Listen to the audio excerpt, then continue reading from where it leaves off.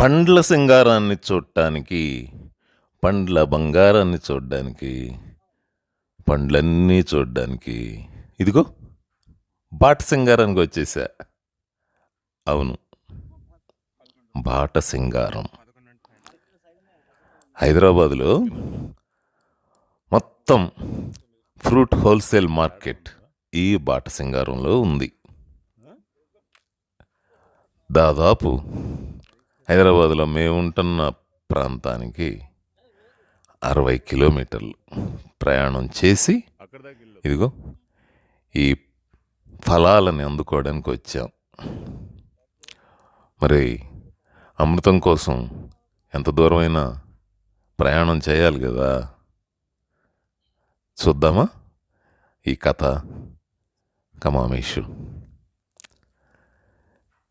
Ramoji film city దాటి ఇంకా 6-7 కిలోమీటర్లు ముందుకెళ్తే అక్కడ మనకి ఈ హైదరాబాదులో ఉండే అతిపెద్ద పండ్ల హోల్సేల్ మార్కెట్ ఉంటుంది. ఇది బాటసింగారం అనే గ్రామంలో ఉందన్నమాట. మేముంటున్న ప్రదేశానికి దాదాపు ఒక 60 కిలోమీటర్ల దూరంలో ఇది ఉంది. మరి 60 కిలోమీటర్లు ప్రయాణం చేసి ఈ పండ్లు కొనుక్కోవడానికి వచ్చాము అంటే ఏంటి పిచ్చా వెర్రా? మీ ఇంటి పక్కన ఉండే పండ్ల దుకాణంలోనూ ఆ ఫ్రూట్ బండి మీద కొనుక్కోవచ్చు కదా అంటారు కదా. కాదు, చెప్తా. పుచ్చకాయలు అని పిలుచుకునే ఈ వాటర్ మెలన్లు ఇక్కడ ఇతని దగ్గర తీసుకున్నాం.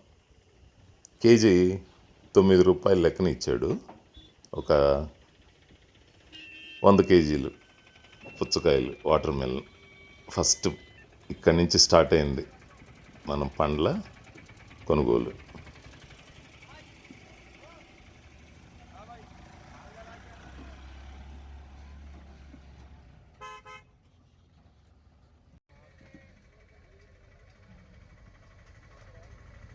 ఇదిగో ఆ తెల్లవి అట్లాగే ఎల్లో కలర్లో ఉన్నాయే అవి కేజీ 20 రూపాయల లెక్కన ఇచ్చారు.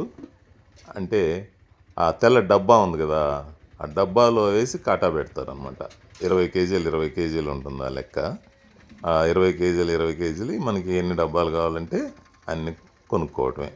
కేజీ 20 లెక్కన మనం కొనుక్కొని ఇక్కడ విచిత్రం ఏంటంటే ఏది కొన్నా సరే మనకి శక్తి ఉన్నా, మనం మోయగల శక్తి మనకు ఉన్నా సరే మనం తీసుకొని పోవడానికి లేదు. ప్రతి దానికి వాళ్ళు హమాలి 10 రూపాయలు ఇవ్వాల్సిందే. లేదురా బాబు మేము పెట్టుకుంటాంరా, మా బైకుల్లో మేము పెట్టుకుంటాం, మా నెత్తిన పెట్టుకొని మేము పోతాం, అయ్యా వదిలేయంటే కుదరదు. మా 10 మాకి, అదంతే, అదక్కడ రూల్. వాళ్ళ 10 వాళ్ళకి ఇవ్వాల్సిందే, తప్పదు, ఇవ్వాలి అంతే. డబ్బా అంటే 20 కేజీలు కదా. ఇప్పుడు మనం 100 కేజీలు కొనుక్కోవాలనుకో 5 డబ్బాలు కొనుక్కోవాలి. 5 20 100. ఈ 5 డబ్బాలకి 5 10 50 రూపాయలు ఇవ్వాల్సిందే. అంటే మనం ఒక 100 కేజీలు కొంటే 50 రూపాయలు సమర్పయామి. నో ఛాన్స్, మేము మోసుకుంటామంటే కుదరదు. వాళ్ళ డబ్బులు వాళ్ళకి ఇచ్చేయాల్సిందే. ఇది ఇక్కడ రూలు. సరే, ఈ పండ్ల గోల ఎందుకు అంటారా? నేను ప్రధానంగా ఫ్రూట్స్ని ఆహారంగా తీసుకుంటాను. ఇప్పుడు మాంసాహారాన్ని తీసుకునే వాళ్ళని ఏమంటాము? నాన్ వెజిటేరియన్స్ అంటాం.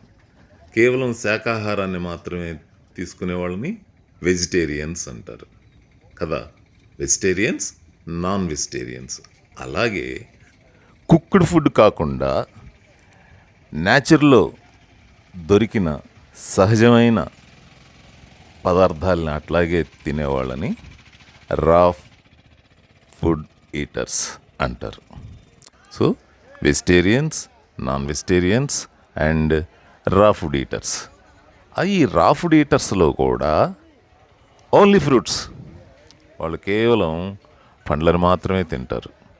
అలా నా ఈ కొత్త జర్నీ ఈ ఫ్రూటేరియన్గా ఫ్రూట్స్ని ప్రధాన ఆహారంగా తీసుకునే నా ప్రయాణంలో భాగంగా ఇదిగో నేను ఇక్కడికి వచ్చానన్నమాట.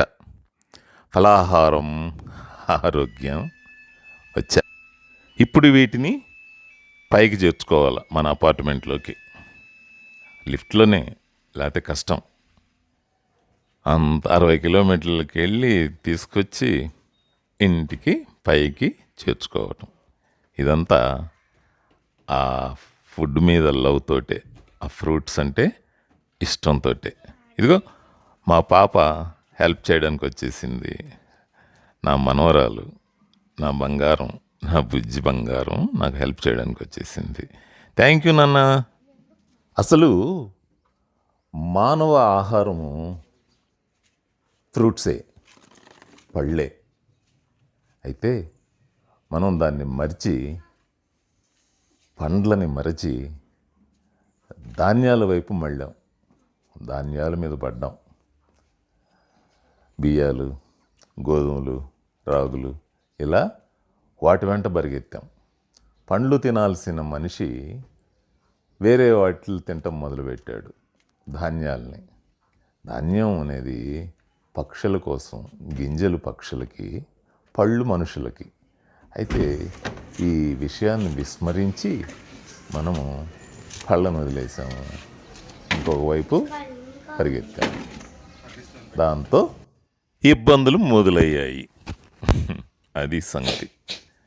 సో మనము విజ్ఞానాన్ని కొంచెం తెలుసుకొని మనం ఏం తినాలి, ఏం తినకూడదు, కొంచెం మన బుద్ధిని ఆహారానికి జోడించటం అనేది ఒకటి ఉందన్నమాట.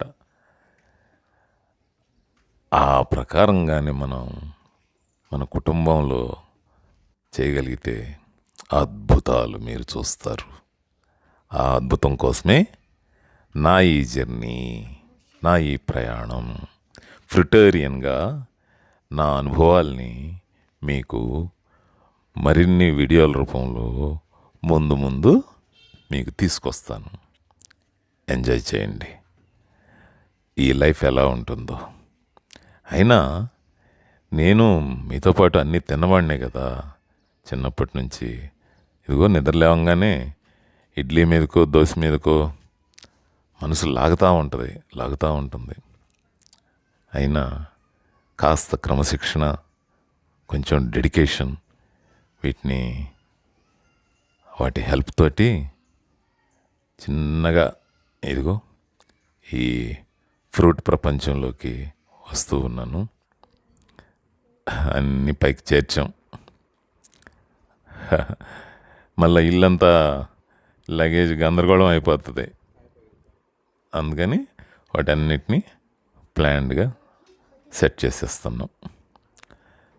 చూసారా, చిన్నపిల్లలకి మనం ఏది అలవాటు చేస్తే వాళ్ళు అలా తయారవుతారు.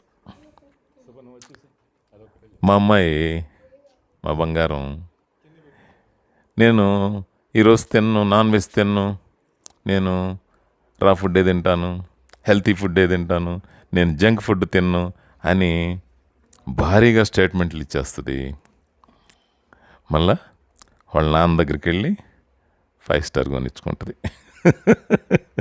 తాత దగ్గరేమో భారీ స్టేట్మెంట్లు ఇచ్చేస్తుంది, నాన్న దగ్గరికి వెళ్ళి 5 స్టార్లు కొనిచ్చుకుంటుంది. పాపం చిన్నపిల్లలు కదండి, వాళ్ళకి వాళ్ళ ఎమోషన్స్. అయినా గ్రేట్ అనమాట తను. మేమే తింటే అది, ఫ్రూట్ అంటే ఫ్రూటు, జ్యూస్ అంటే జ్యూసు, స్మూతీ అంటే స్మూతీ, ఏం నాకు వద్దు అందనమాట. ఏది ఇచ్చినా ఇది మంచిది బంగారు తల్లి, హెల్త్, మనం తినాలా, మనం తాగాల అంటే ఓకే అని తినేస్తుంది. Lovely girl.